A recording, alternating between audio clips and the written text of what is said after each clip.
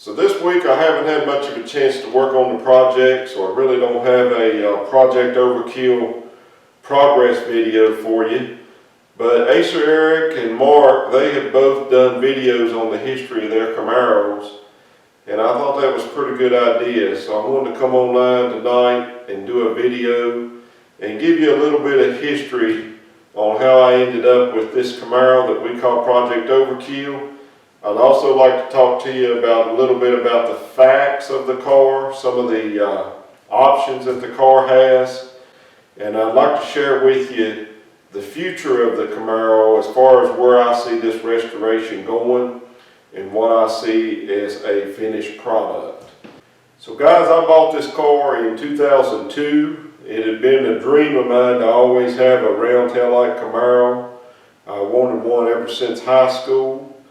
It was several years after me and my wife had got married and we had our first child that I was able to finally purchase one of these cars.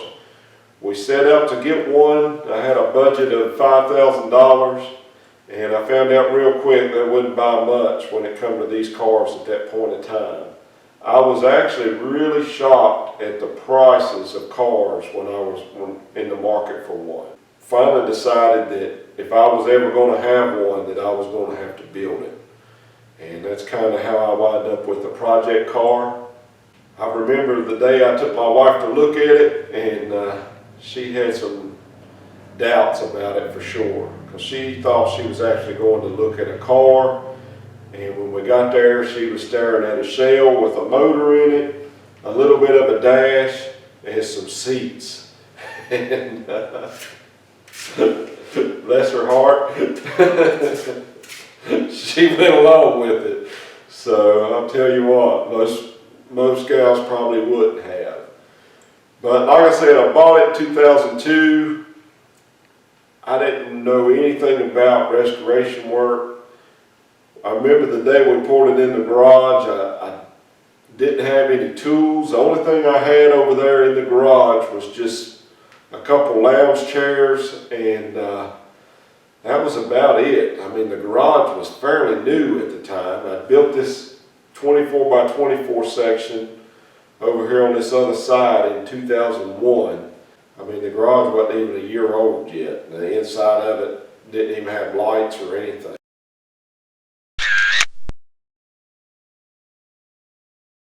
I ended up buying this car from a fellow that basically deals in Camaros in my community, and he purchased this car in a package deal to get actually another car that he was after.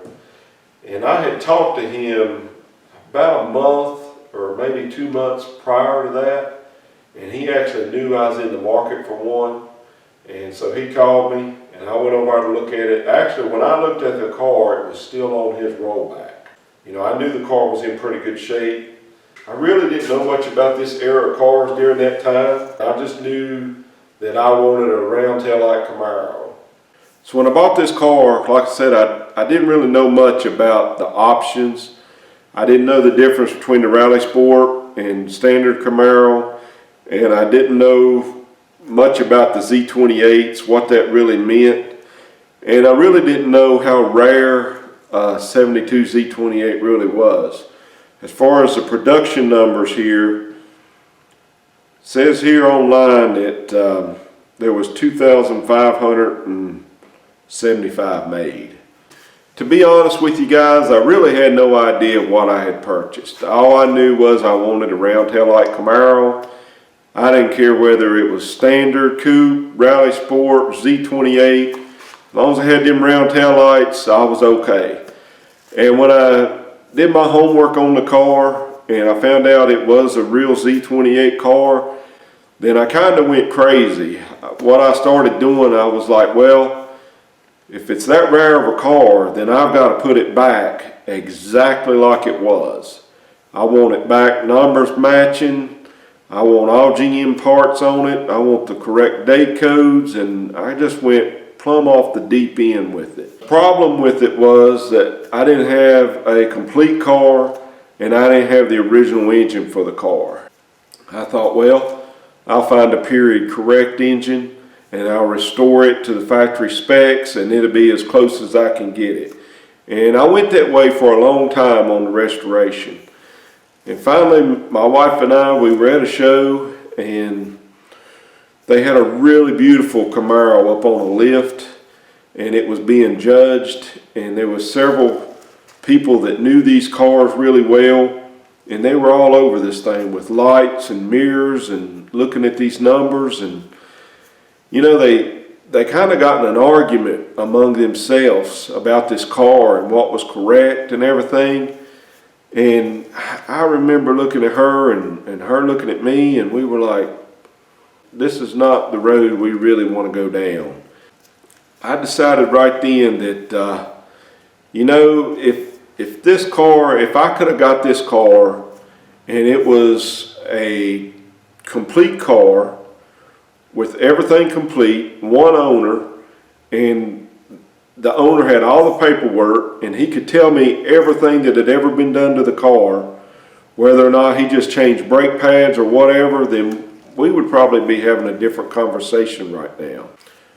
So I decided right then that this car belonged to me, and I was going to build it the way that I wanted to. The GM built it once, and I was going to build it this time. And that was really the turning point of the restoration, I think.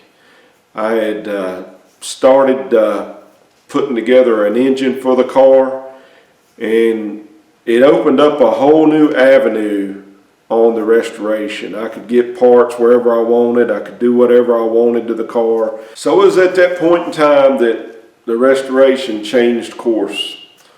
It no longer went down a numbers matching road. I decided that it was not a numbers matching car, and it would never be really at that point. And I might as well have a little fun with the build. I might as well put my own personal touches on it. Now that doesn't mean that I'm going to just totally go way out in left field and build this car to the point that it's unrecognizable. That's not what I'm meaning.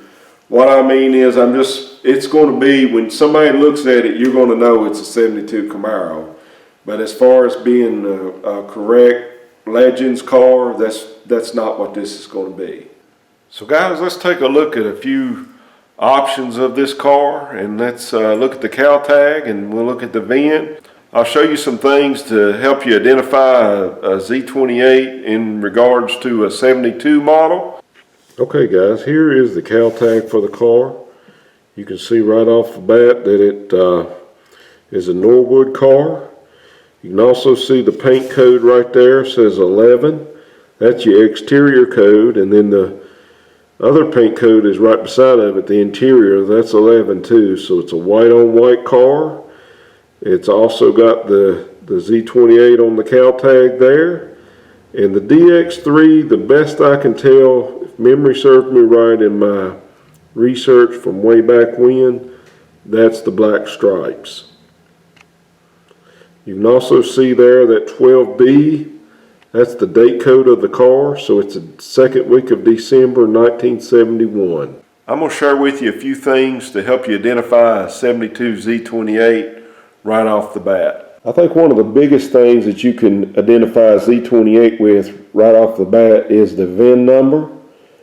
You'll see right here, this 5th digit, it has to be an L. If it's not an L, it's not a Z28. One of the other things that help you identify a Z28, especially the 70 through 72s, this only applies to that.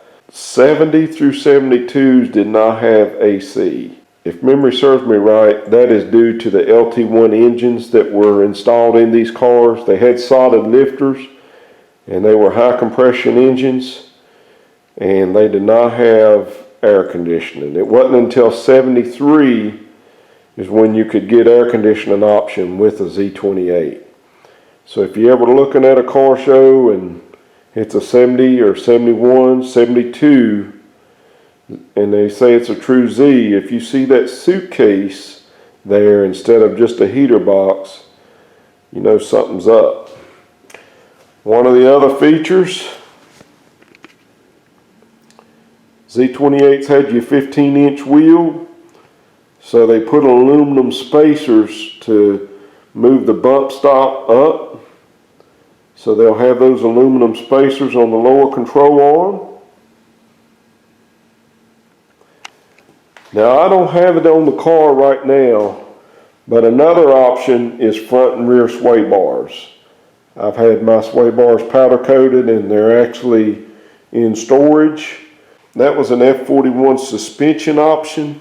And you can't really tell this when the sway bar is installed because of the end links.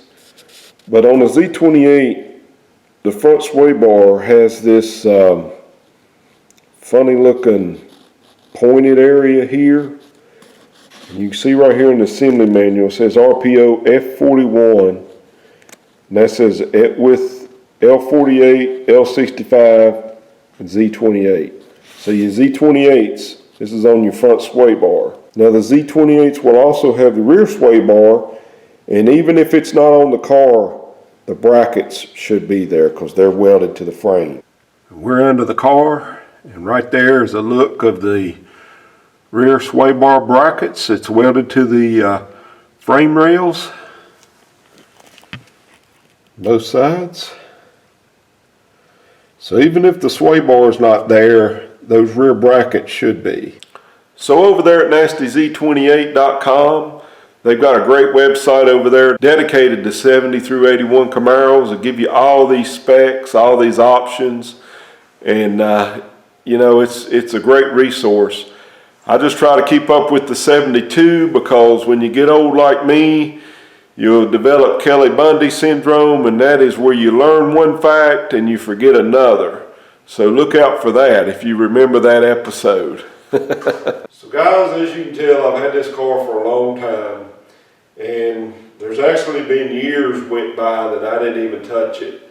I get a lot of people that know me, that know I have this car. They're always asking, when you gonna be done with that thing? You're not done with it yet. I mean, I get a lot of grief like that, but you know, life gets in the way on these projects. It really does.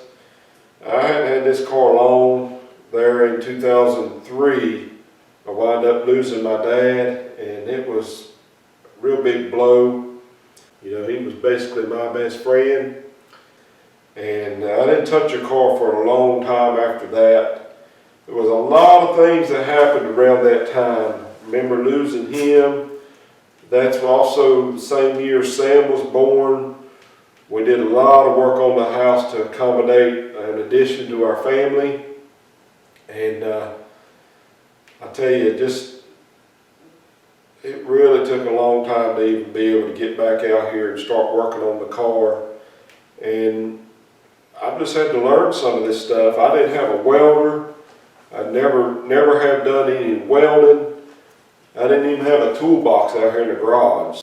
It hasn't been up until recently I really started making some good progress on this car. And, you know, Mr. Fireman said in one of his videos not too far back, he said, you know, it's more about the journey than it is the destination, and that's totally the way that I feel.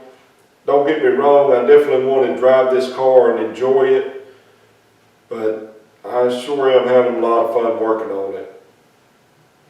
Speaking of working on this car and the future of this restoration, I see it being a fairly correct restoration with the correct wheels, correct tires, except for in a radial, and correct paint, correct interior. The only place that I really plan on deviating from what GM did is in the engine bay. I've actually got a stroker motor for the car, and I've got some really nice polished stuff to go in there. But from the outside looking at it, you'll know it's a 72 Z28. And that's my goal. As you guys have already seen, I'm going to upgrade the door hinges. I'm also going to upgrade the trunk hinges. Really thinking about doing away with the torsion setup back there. I'm also going to upgrade the hood hinges. So just some minor details like that. Fairly stock restoration with some minor upgrades. That's where I'm going. Well, anyway, guys, I appreciate you watching. When I have some more progress on the car, I'll be back online with another video. Appreciate all my subscribers. Remember to hit that little bell there that's beside the subscribe button. That way you'll be notified every time we upload a video here. And be sure to check out the links after the video.